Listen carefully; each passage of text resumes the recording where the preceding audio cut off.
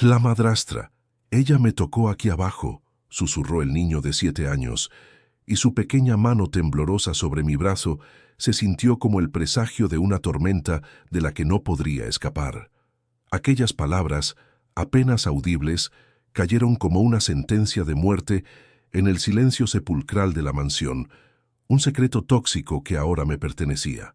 Mi nombre es Lucía, y llegué a la mansión de la familia Almeida buscando un trabajo, un refugio, una forma de empezar de cero después de que mi propia vida se hiciera pedazos. Lo que encontré fue un laberinto de dolor y misterio. El dueño de la casa, Ricardo, era un millonario cuya fortuna era tan inmensa como la tristeza que cargaba en sus hombros. Desde la trágica muerte de su esposa, un año atrás, se había convertido en un fantasma dentro de su propio hogar. Un hombre distante, de mirada vacía, que se ahogaba en trabajo para no tener que enfrentar el desafío de cuidar a su único hijo, Leo. Y Leo era el verdadero enigma. El niño vivía encerrado en un mundo propio, un castillo de silencio impenetrable. No pronunciaba una sola palabra. Se comunicaba con gestos bruscos y un comportamiento que todos a mi alrededor no tardaron en calificar como extraño. Pasaba horas mirando un punto fijo en la pared, como si viera algo que los demás no podíamos, y de repente, sin previo aviso, estallaba en crisis de llanto que nadie sabía cómo calmar. La niñera anterior, según me contaron, había renunciado de la noche a la mañana, huyendo sin dar explicaciones y dejando tras de sí un aura de tensión. En mi primer día, sentí la melancolía del lugar pegada a las paredes, en los retratos de la difunta esposa de Ricardo, cuya sonrisa congelada parecía vigilar cada uno de mis movimientos. Fue durante mi primer encuentro a solas con Leo que el infierno me dio la bienvenida. El niño me miró con unos ojos enormes y asustados, como un animalito atrapado.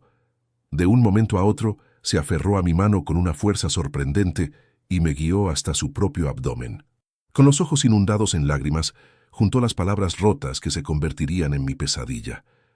La madrastra tocó. Aquí abajo. Mi sangre se heló en las venas. ¿Qué madrastra? Ricardo no se había vuelto a casar.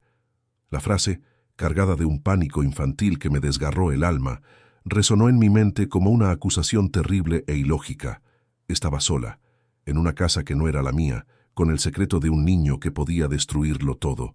¿Qué le había pasado realmente a esa pequeña criatura? ¿Y quién era la mujer sin rostro que lo atormentaba en silencio? Si crees que todos guardan un secreto, suscríbete al canal y déjame en los comentarios desde qué ciudad estás acompañando este viaje. Tu apoyo me da la fuerza para seguir adelante. Los días que siguieron se convirtieron en un campo de minas emocional. Intentar cuidar de Leo era como caminar sobre cristales rotos. Su comportamiento era una montaña rusa impredecible. Podía pasar una hora en una calma absoluta, apilando bloques de madera con una concentración asombrosa, y al minuto siguiente, una crisis de pánico lo sacudía por completo. Descubrí que había detonantes muy específicos. El sonido metálico de un llavero al caer al suelo o el fuerte olor a cloro de un producto de limpieza lo transformaban. En esos momentos se encogía, se tapaba los oídos y volvía a repetir el mismo gesto aterrador: llevarse la mano al vientre, con una expresión de dolor profundo grabada en su rostro infantil. Cada vez que intentaba hablar con Ricardo sobre ello, me encontraba con un muro de indiferencia. Son traumas por la muerte de su madre, Lucía. Los médicos ya lo dijeron, es psicológico. Me respondía con frialdad, sin siquiera levantar la vista de los documentos de su escritorio. Su negación era casi tan violenta como las crisis de su hijo. Para empeorar las cosas, no estaba sola en mi frustración. Los demás empleados de la casa me trataban con una desconfianza palpable, en especial la gobernanta, Elvira. Era una mujer mayor, de gesto adusto, que había servido a la difunta esposa de Ricardo durante años, y veía en mí a una intrusa, una advenediza que no entendía las complejas dinámicas de aquella familia rota. El niño solo necesita disciplina, no que le consientan sus berrinches, me dijo una tarde, con un tono que no admitía réplica. Me sentía completamente aislada, pero mi intuición, esa voz interna que tantas veces me había salvado en el pasado, me gritaba que allí había algo más, algo oscuro y terriblemente equivocado. Comencé a llevar un diario, anotando cada detalle, cada reacción de Leo, cada palabra susurrada entre sueños. Me di cuenta de que su miedo no era al contacto físico en general. A veces, él mismo buscaba mi mano en busca de consuelo. Su terror estaba ligado a algo específico que ese toque en ese lugar concreto representaba para él.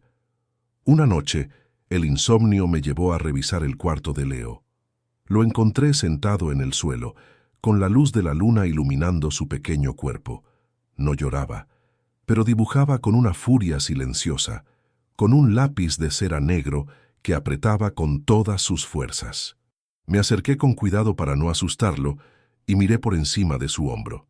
Lo que vi en el papel hizo que mi corazón se detuviera por un segundo. El dibujo mostraba una figura diminuta y encogida, sin duda, él mismo. A su lado, una silueta oscura y deforme se alzaba sobre él. Era la figura de una mujer, pero sus rasgos estaban borrados por la rabia del trazo.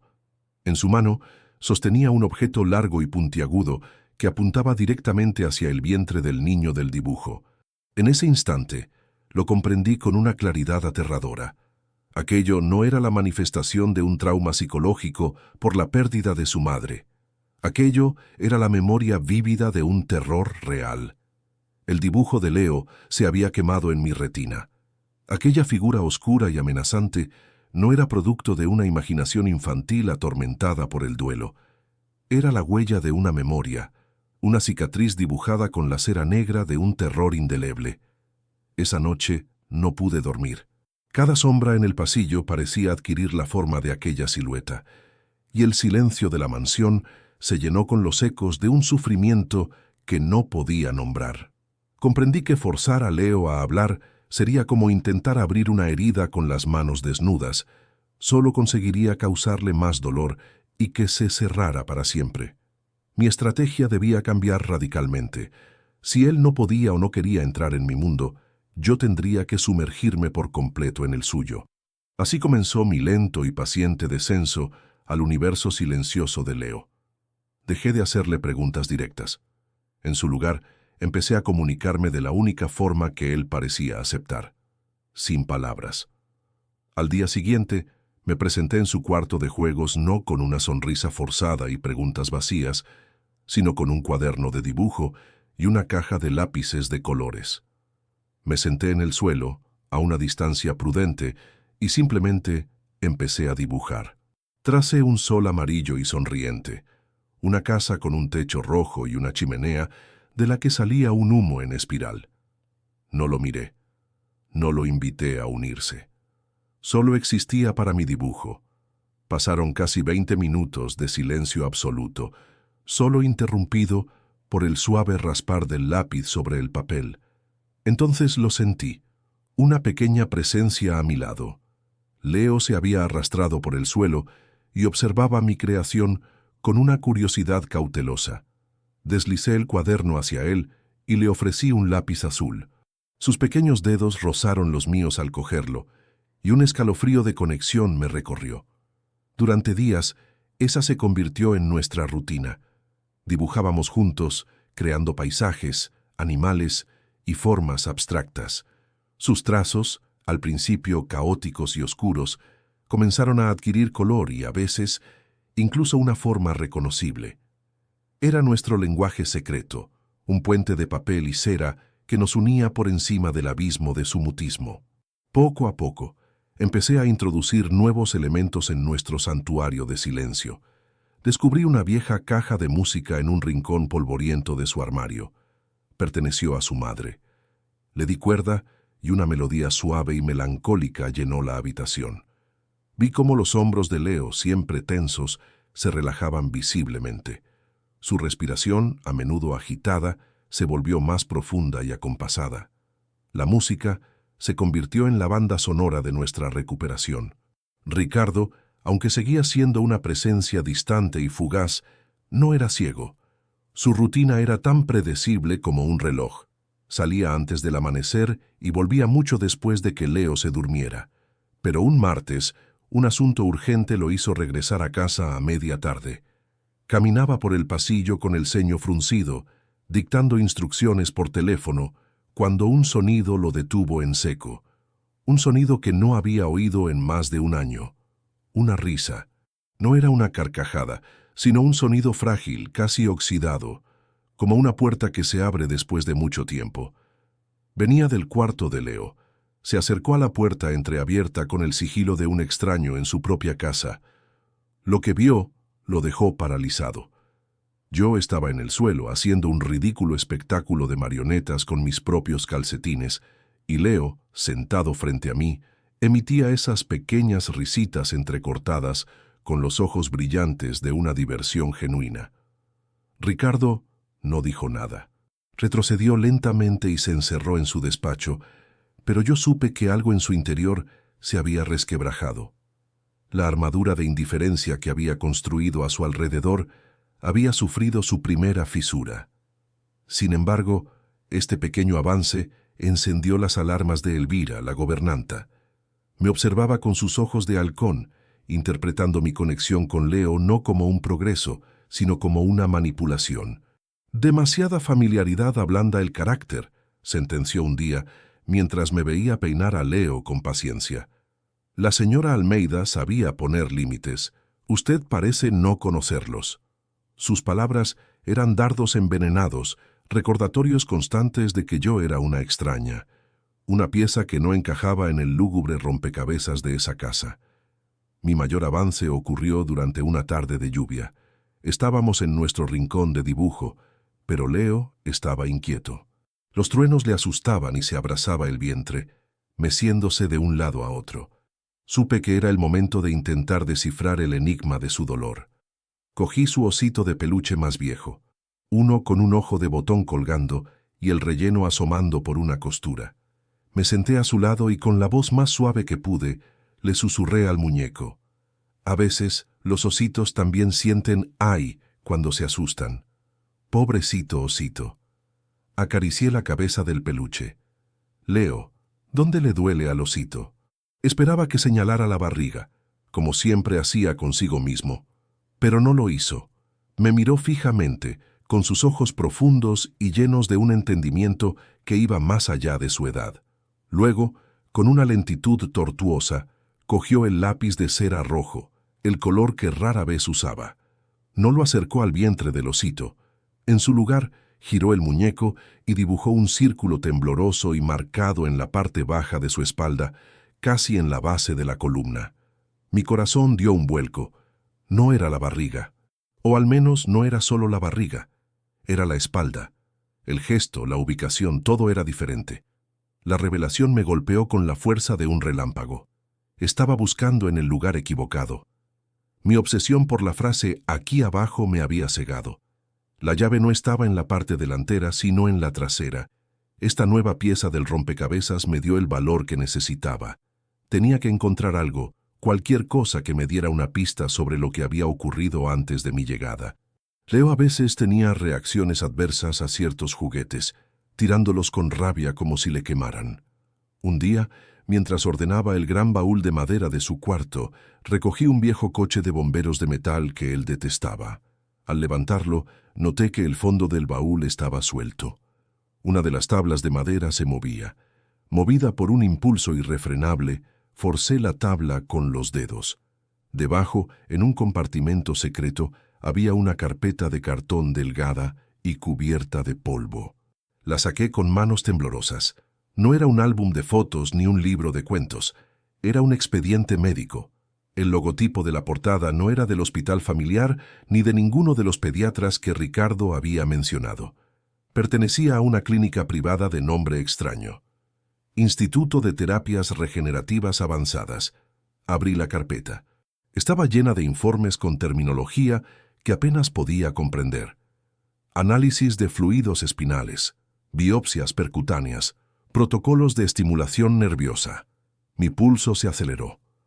Hojeé las páginas hasta llegar a la última, la que contenía el resumen y la firma del médico responsable. Y entonces lo vi. Un nombre que reconocí al instante de un escándalo mediático de hacía un par de años. Un nombre que helaba la sangre. Dr. Matías Alarcón. Un médico al que le habían retirado su licencia por aplicar tratamientos experimentales y peligrosos en pacientes vulnerables. El aire se escapó de mis pulmones. Ricardo no solo me había ocultado una visita médica, me había ocultado que había puesto a su hijo en manos de un monstruo. El nombre del doctor Matías Alarcón en aquel expediente era una brasa candente en mis manos, un veneno que se filtraba a través del papel y me helaba los huesos. No era solo un nombre, era la encarnación de la negligencia médica y la ambición sin escrúpulos. Recordaba los titulares, las entrevistas con familias destrozadas, las acusaciones de haber utilizado a los desesperados como conejillos de indias para sus teorías radicales. Y Ricardo, el hombre que había erigido un muro de hielo alrededor de su corazón, había llevado a su hijo, a mi Leo, a la guarida de ese lobo. Durante horas me senté en el suelo de la habitación de Leo, con el expediente a un lado y el dibujo de la figura oscura al otro. Las piezas encajaban con una lógica aterradora. La madrastra que atormentaba a Leo no era una mujer, sino una memoria fragmentada. El toque en su vientre y ahora en su espalda no era un acto de abuso en el sentido que yo había temido, sino la reminiscencia de agujas, de procedimientos invasivos y dolorosos realizados por ese hombre. La clínica era el monstruo, y Alarcón era su rostro. Sabía que confrontar a Ricardo sería como detonar una bomba en el centro de la mansión. Podía despedirme, acusarme de hurgar en su privacidad y echarme a la calle, dejándome sin respuestas, y lo que era peor, dejando a Leo a la deriva en su océano de miedo. Pero la alternativa, el silencio, era impensable. Callarme sería convertirme en cómplice de ese secreto tóxico. Tenía que hacerlo, pero no podía ser un ataque frontal. Debía ser una intervención quirúrgica, precisa y llena de un cuidado que él mismo no había tenido con su hijo. Esperé hasta bien entrada la noche, cuando el último de los empleados se había retirado y un silencio denso, casi tangible, se apoderó de la casa. Ricardo estaba en su despacho, como siempre, refugiado tras una enorme mesa de caoba y la luz azulada de su ordenador portátil. Toqué la puerta con suavidad. «Adelante», dijo su voz, cargada del cansancio de siempre. Entré y cerré la puerta tras de mí. Llevaba conmigo mi cuaderno de notas, el dibujo de Leo, y oculta bajo el cuaderno la carpeta del doctor Alarcón. «Ricardo, necesito hablar con usted. No como su empleada, sino como la persona que cuida de su hijo», empecé. Mi voz temblaba ligeramente a pesar de mi resolución. Él levantó la vista, sus ojos inyectados en sangre por el agotamiento. «Si es por un problema con Leo, hable con Elvira. Si es otra cosa, estoy muy ocupado». «Es sobre Leo», insistí, acercándome a su escritorio. «Es sobre esto». Deslicé mi cuaderno abierto sobre la pulida madera de la mesa. Le mostré mis anotaciones meticulosas sobre sus crisis, los detonantes, los sonidos, los olores. Le mostré el dibujo del osito de peluche con el círculo rojo en la espalda. «Durante semanas creí que el problema estaba aquí», dije, señalando mi propio abdomen. «Pero me equivoqué. El dolor, o el recuerdo del dolor, también está aquí». Giré el cuaderno y le mostré el dibujo que Leo había hecho, el de la figura oscura con el objeto punzante. Ricardo lo miró con una mezcla de irritación y desconcierto. «Lucía, ya le he dicho que los psicólogos lo han evaluado. Es el trauma de perder a su madre. Está proyectando sus miedos». Fue entonces cuando saqué la carpeta. La puse sobre sus papeles con un golpe sordo que resonó en la habitación. «Entonces, explíqueme esto. Explíqueme por qué llevó a su hijo con el doctor Matías Alarcón». El cambio en su rostro fue instantáneo y violento. La máscara de indiferencia se hizo añicos, reemplazada por una furia helada. Se puso de pie de un salto. Su silla golpeó contra la estantería detrás de él. «¿Cómo se atreve? Ha estado rebuscando en mis cosas personales. Está usted despedida. Recoja sus cosas y lárguese de mi casa ahora mismo». Su voz era un trueno, pero yo no me moví. «Puede despedirme si quiere», respondí, manteniendo su mirada. Pero antes me dirá qué le hizo ese hombre a Leo. Su hijo vive en un infierno diario, y usted se esconde detrás de su trabajo mientras él revive una y otra vez lo que sea que le ocurrió en esa clínica. Mi acusación dio en el blanco. La rabia de Ricardo se desinfló tan rápido como había surgido, dejando en su lugar un vacío desolador. Se desplomó en su silla, cubriéndose el rostro con las manos. El hombre poderoso, el millonario inaccesible, se rompió frente a mí. Su confesión fue un torrente amargo de culpa y dolor. No era por Leo, susurró con la voz quebrada. Era por Sofía, mi esposa. Me contó la historia que nadie en esa casa se atrevía a mencionar. Sofía no había muerto en un simple accidente. Había luchado durante años contra una enfermedad misteriosa y degenerativa que ningún médico lograba diagnosticar. Sufría dolores crónicos, una sensibilidad extrema a estímulos externos y períodos de niebla mental, como ella los llamaba, en los que le costaba comunicarse. Desesperado cuando la medicina convencional se dio por vencida, Ricardo recurrió a la última y más peligrosa de las opciones, el doctor Alarcón y sus terapias experimentales. Él me prometió un milagro, dijo Ricardo, su voz ahogada. Y yo le creí. La sometí a tratamientos dolorosos, invasivos, y todo fue para nada. La perdí, Lucía, y la culpa me consume cada día. Después de su muerte, el miedo se apoderó de él, el miedo de que la enfermedad de Sofía fuera genética. Llevó a Leo a la misma clínica para que Alarcón le hiciera pruebas, para buscar cualquier marcador, cualquier indicio de que su hijo pudiera compartir el mismo destino. Los procedimientos, las biopsias y los análisis de fluidos espinales fueron una tortura para un niño de 6 años que acababa de perder a su madre. La madrastra, la palabra que Leo había mutilado en su pánico, era la médica, o quizás la clínica.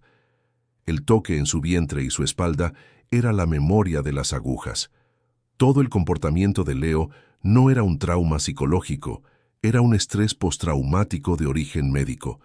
La revelación fue tan devastadora que nos dejó a ambos sin aliento. Ricardo lloraba en silencio, un hombre quebrado por un duelo que lo había llevado a cometer el peor de los errores. En ese momento de vulnerabilidad compartida, ocurrió algo extraordinario, un accidente del destino. Tratando de darle un vaso de agua, tropecé torpemente con una pequeña pila de libros junto a su escritorio. Al caer, golpearon una caja de caoba que estaba en el estante más bajo, una caja que yo nunca había notado. La caja cayó al suelo y se abrió, revelando no joyas ni documentos, sino docenas de viejas cintas de casete. «¿Qué es esto?», pregunté recogiendo una. «Eran de Sofía», respondió Ricardo secándose las lágrimas. «Grababa diarios. Decía que le ayudaba a ordenar sus pensamientos cuando la niebla era muy densa. Movida por un impulso que no pude explicar, una corazonada que me gritaba desde dentro, vi una vieja radiocasetera en una esquina del despacho, un aparato casi de museo. Tomé la cinta más cercana, la introduje en el aparato y presioné play. Un suave siseo llenó el silencio, y luego una voz. Era la voz de Sofía. Una voz clara, serena, pero teñida de una fatiga infinita. «Día, no sé qué día es. El sonido de las llaves de Ricardo en la cerradura, hoy me ha parecido un disparo. Tuve que encerrarme en el baño hasta que el temblor pasó. El olor del producto de limpieza del suelo me marea, me provoca náuseas. Es como si mi cuerpo no tuviera filtro. Y la niebla, hoy la niebla es espesa. Quiero decirles que los quiero, pero las palabras no salen. Están atrapadas en algún lugar entre mi cerebro y mi boca, y me quedo en silencio. Solo puedo mirar». Ricardo y yo nos quedamos petrificados. Cada palabra era un eco perfecto, una descripción exacta del mundo interior de Leo. Los mismos detonantes, la misma sensibilidad, el mismo encierro silencioso. El milagro no era una cura mágica que yo pudiera realizar. El milagro era la voz de una madre que, desde más allá de la muerte, acababa de entregarnos el mapa para entender a su hijo. La voz de Sofía, emanando de aquel viejo aparato de música, se convirtió en el epicentro de nuestro universo. El despacho de Ricardo dejó de ser una fortaleza de negocios para transformarse en un santuario de arqueología emocional. Escuchar aquella primera cinta fue como encontrar una piedra de Rosetta para el alma de Leo. Por primera vez, el comportamiento del niño dejaba de ser un conjunto de síntomas caóticos para convertirse en un lenguaje coherente, un mapa de su sufrimiento que su propia madre, sin saberlo, había dibujado para nosotros. Aquella noche no dormimos, ni la siguiente. Nos sumergimos en la colección de casetes con la devoción de dos eruditos descifrando un texto sagrado. Cada cinta era un capítulo de una vida marcada por una batalla invisible. La voz de Sofía, a veces lúcida y analítica, otras veces quebrada por el agotamiento y la confusión, llenaba la quietud de la mansión. Ricardo escuchaba con una intensidad que rayaba en el dolor físico, como si cada palabra fuera a la vez un bálsamo y un puñal. Estaba redescubriendo a la mujer que amaba, no a través del filtro de sus recuerdos idealizados, sino a través de la cruda honestidad de su lucha diaria. Hoy el zumbido de la nevera es insoportable, decía Sofía en una grabación. Es como un taladro en mi cerebro. Ricardo no lo entiende, cree que exagero. En mi diario yo había anotado cómo Leo se tapaba los oídos con desesperación cada vez que el mismo electrodoméstico se ponía en marcha. Me siento desconectada, susurraba en otra cinta. Veo mis manos moverse, pero no las siento mías. Es la niebla. La niebla me está robando. Era la descripción más precisa que jamás había oído de la mirada perdida de Leo, de esa desconexión con el mundo que lo hacía parecer una marioneta con los hilos cortados. Con cada hora de escucha, el retrato de la enfermedad se volvía más nítido y complejo. No se trataba de una simple hipersensibilidad, era una disfunción neurológica integral. Anotamos todo en una pizarra que Ricardo hizo traer a su despacho. La fotofobia que la obligaba a vivir en penumbras, la aversión a ciertas texturas de alimentos, los vértigos repentinos, la desorientación espacial. Cada síntoma de Sofía era un eco magnificado en las reacciones de Leo. El trabajo se convirtió en nuestra única realidad. Canceló todas sus reuniones, delegó la dirección de su imperio en sus subordinados. Su mundo se redujo a esas 4 paredes, a la voz de su esposa muerta y a mi presencia silenciosa a su lado. Nuestra relación mutó. Ya no había un jefe y una empleada. Éramos 2 náufragos aferrados a la misma balsa, 2 exploradores en un territorio desconocido. Compartíamos tazas de café al amanecer, analizábamos cada nueva revelación y nos sosteníamos mutuamente cuando la carga de la culpa y la impotencia se volvía demasiado pesada. Debí haberla escuchado más, me confesó una madrugada con la mirada perdida en la grabadora. Pensé que era depresión, que el dolor la hacía exagerar. No la creí. Dios mío, Lucía, no le creí. Yo no ofrecí palabras vacías de consuelo. Simplemente puse una mano en su hombro, un gesto que valía más que cualquier discurso. Él, a su vez, empezó a preguntarme por mi vida, por las cicatrices que yo también llevaba ocultas. En esa vulnerabilidad compartida, forjamos un lazo de una solidez inesperada. Con una docena de cintas analizadas y un perfil sintomático exhaustivo, Ricardo tomó una decisión. Basta de clínicos, basta de psicólogos que solo ven la superficie, declaró con una nueva determinación en su voz. Necesitamos científicos, necesitamos a alguien que vea el patrón. Utilizó sus contactos y su fortuna para contratar a un equipo de investigación biomédica, no para tratar a Leo, sino para analizar los datos que habíamos recopilado. Les enviamos las transcripciones de las cintas, mi diario detallado y los informes médicos de Sofía, incluyendo el nefasto expediente del doctor Alarcón. La respuesta llegó 2 semanas después, en forma de una videoconferencia que cambió nuestras vidas para siempre. Una genetista de rostro severo, pero mirada compasiva, nos explicó sus hallazgos. Lo que describen no encaja con ninguna patología psiquiátrica convencional, afirmó. Los síntomas de la señora Almeida y las manifestaciones en su hijo son consistentes con una canalopatía autosómica dominante extremadamente infrecuente. una mutación genética que afecta a los canales iónicos de las neuronas, provocando una sobrecarga sensorial y una desregulación del sistema nervioso central. Por fin, el monstruo tenía nombre. No era un trauma, ni una depresión, ni una invención. Era una condición física, real, codificada en su propio ADN.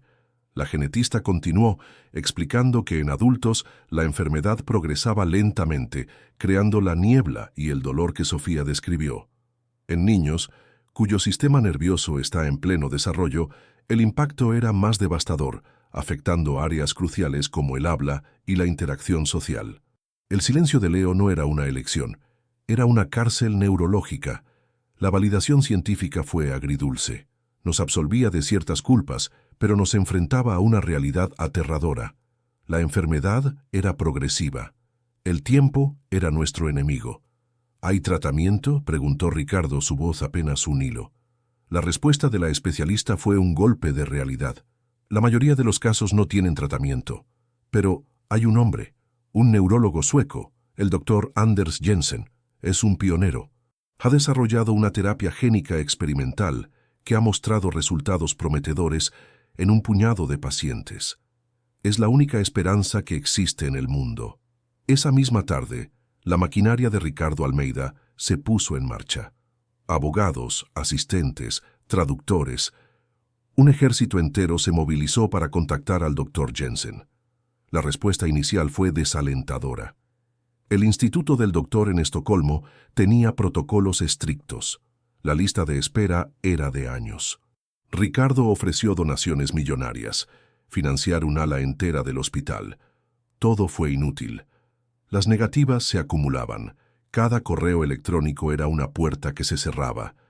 Mientras la batalla burocrática se libraba a miles de kilómetros, la salud de Leo comenzó a flaquear de manera alarmante. Sus crisis se volvieron más frecuentes y violentas. Una tarde, mientras jugábamos en el suelo, su cuerpo se puso rígido, sus ojos se quedaron en blanco y sufrió una convulsión que duró casi un minuto. Fue el momento más aterrador de mi vida.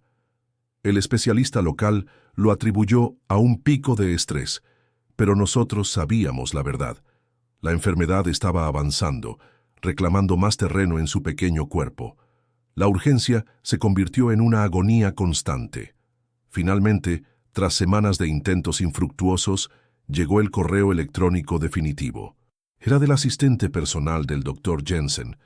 Con una cortesía glacial, el mensaje reiteraba que la agenda del doctor estaba completamente cerrada para los próximos 2 años y que no se harían excepciones bajo ninguna circunstancia. La última puerta se había cerrado con llave.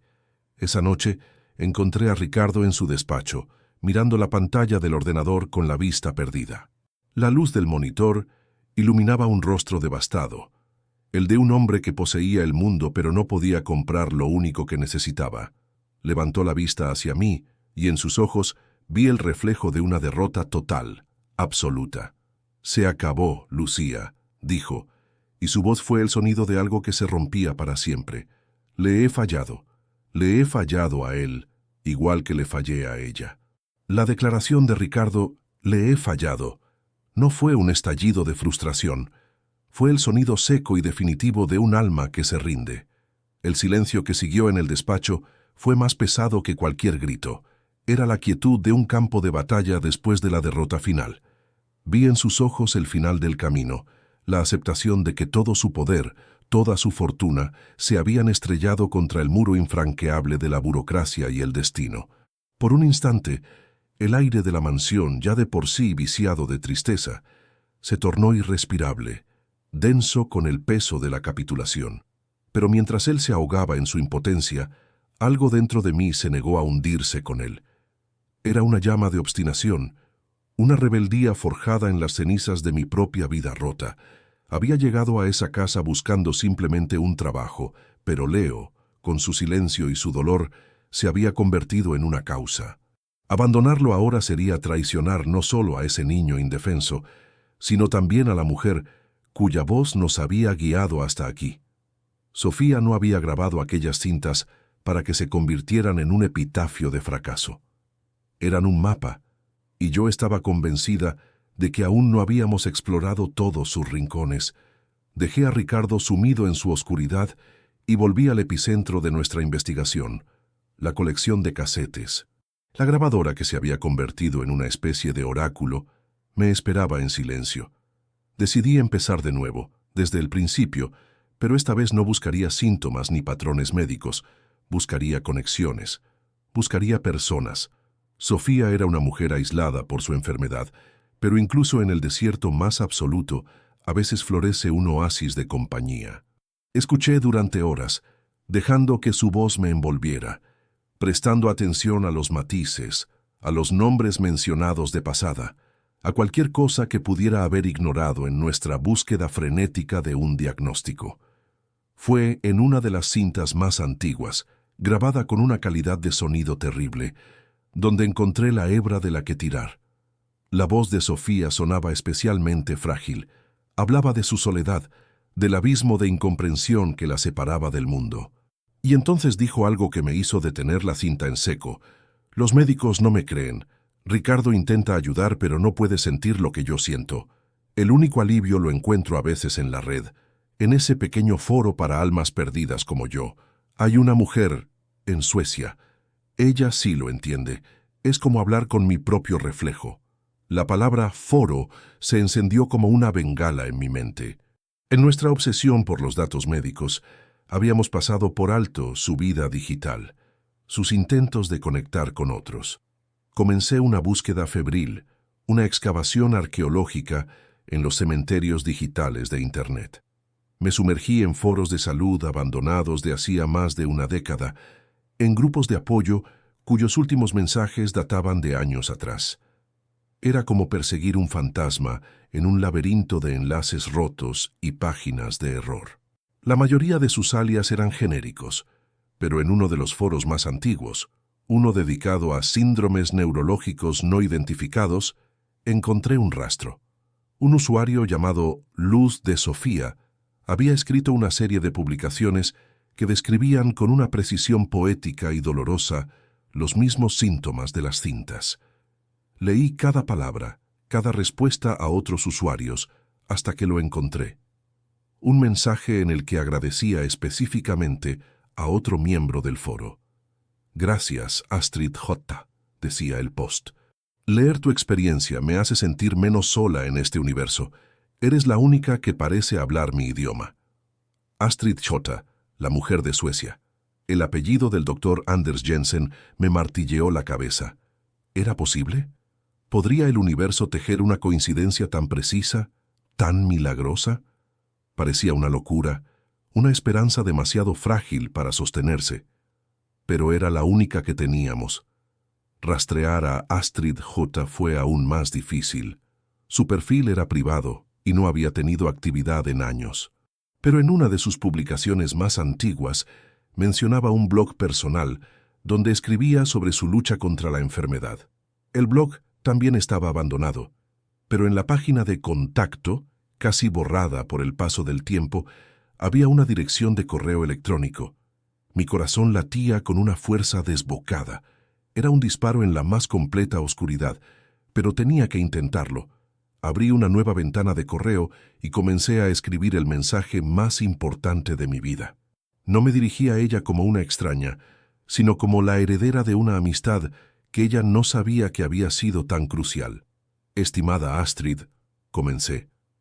«Mi nombre es Lucía y le escribo por un motivo que espero no la alarme.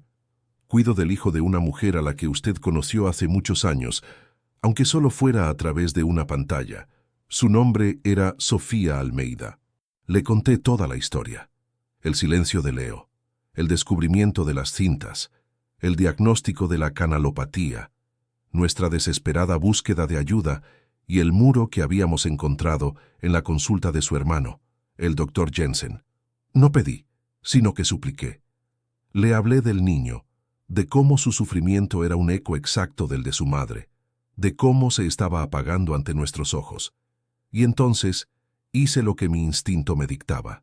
Convertí un pequeño fragmento de audio de una de las cintas de Sofía, aquel en el que mencionaba a su amiga sueca, y lo adjunté al correo.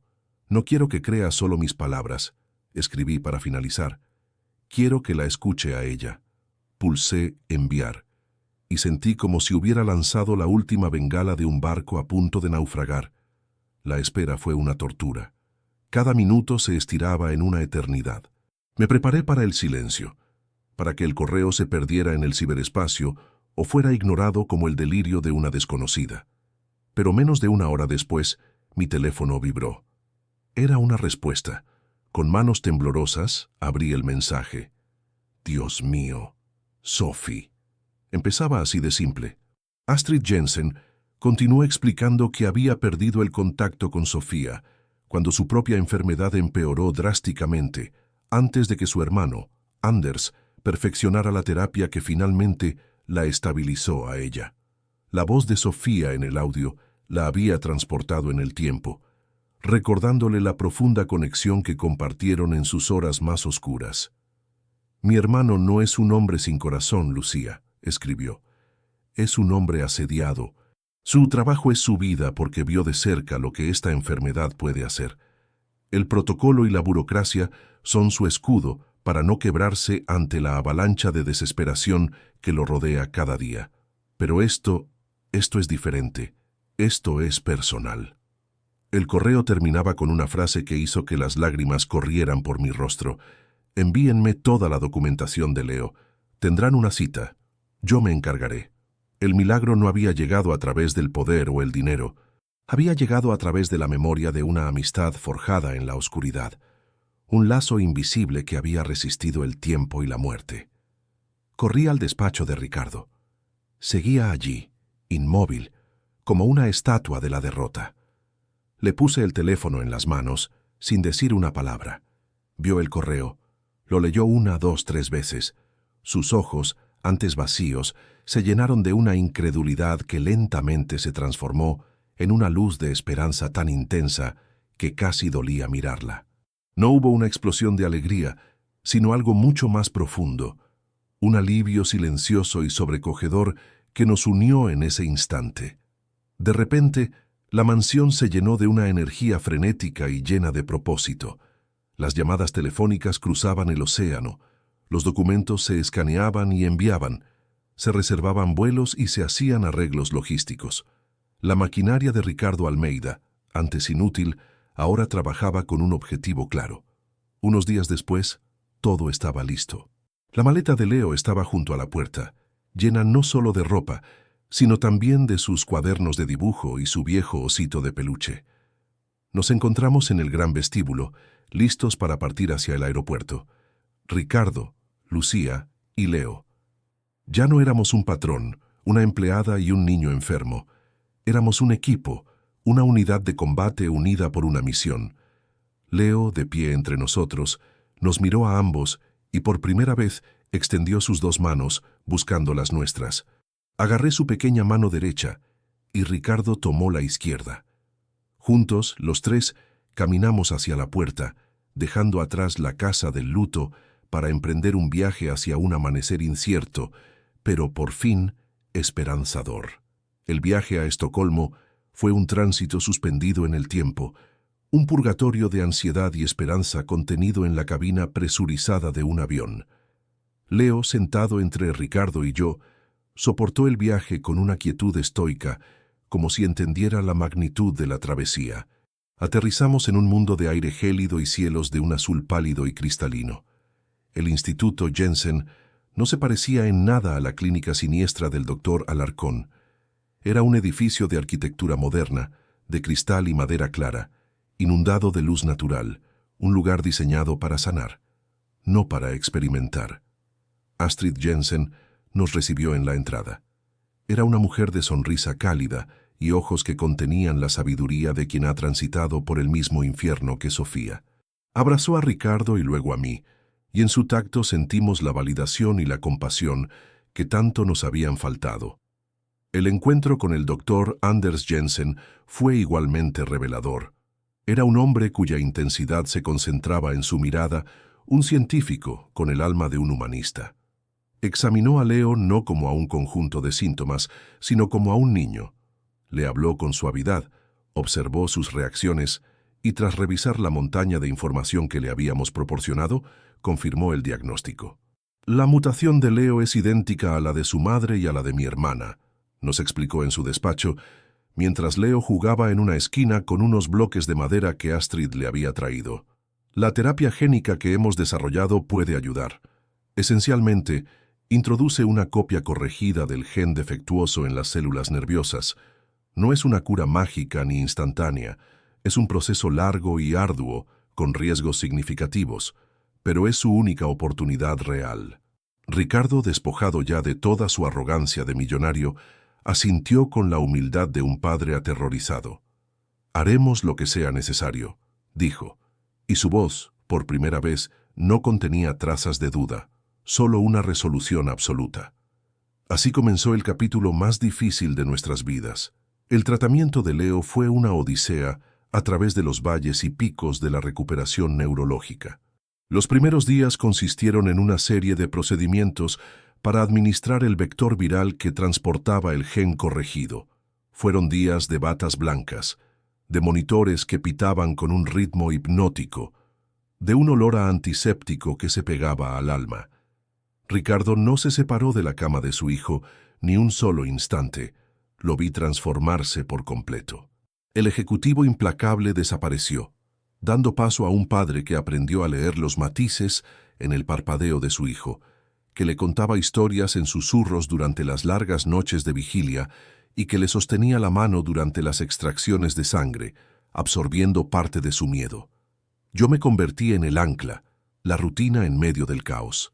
Me aseguraba de que Ricardo comiera, de que descansara en el pequeño apartamento que habíamos alquilado cerca del instituto. Traía los dibujos de Leo para decorar la habitación del hospital. Ponía la caja de música de Sofía para calmarlo, y en los momentos de silencio simplemente estaba allí. Una presencia constante que irradiaba una calma que ni yo misma sabía que poseía. Los primeros resultados no fueron dramáticos, de hecho hubo retrocesos, días en los que la hipersensibilidad de Leo parecía peor que nunca, en los que se negaba a comer o se sumía en un estado de letargo que nos helaba el corazón. Pero el doctor Jensen nos había preparado para ello. El cerebro se está reconfigurando, nos decía. Es una batalla. Habrá ruido antes de que llegue el silencio. Y entonces, una tarde, unas 3 semanas después de iniciar la terapia, ocurrió el primer milagro. Estábamos en la habitación. Ricardo leía un cuento en voz baja. Un rayo de sol se filtró por la persiana, incidiendo directamente en el rostro de Leo. Instintivamente, me moví para bloquearlo, sabiendo que la luz directa era uno de sus peores detonantes. Pero antes de que pudiera hacerlo, Leo parpadeó, miró directamente al rayo de sol, y en lugar de encogerse de dolor, una expresión de curiosidad infantil cruzó su rostro. Fue un cambio minúsculo, casi imperceptible, pero para nosotros fue como si el sol hubiera salido por primera vez. A partir de ese día, las victorias comenzaron a llegar, pequeñas pero monumentales. Una mañana, toleró el sonido del carrito de la enfermera en el pasillo sin taparse los oídos. Una semana después, aceptó un trozo de manzana, una textura que antes le habría provocado una crisis. Cada avance era una pieza de su antigua cárcel que se desmoronaba. El momento que lo cambió todo llegó un mes más tarde. Estaba sentado en su cama, dibujando. Ricardo estaba a su lado, observándolo en silencio. Leo levantó la vista de su papel, miró directamente a los ojos de su padre, y con una voz rasposa por el desuso, pero inequívocamente clara, pronunció una sola palabra: «Papá». Ricardo se quedó sin aire. Las lágrimas brotaron de sus ojos sin control, mientras se inclinaba para abrazar a su hijo, un abrazo que contenía un año de dolor, de culpa y de un amor reprimido que finalmente encontraba su cauce. El resto de nuestra estancia en Suecia fue un borrón de progreso acelerado. Leo comenzó a hablar más, primero con palabras sueltas, luego con frases cortas. Su risa, antes un sonido frágil y esporádico, se volvió más frecuente y sonora.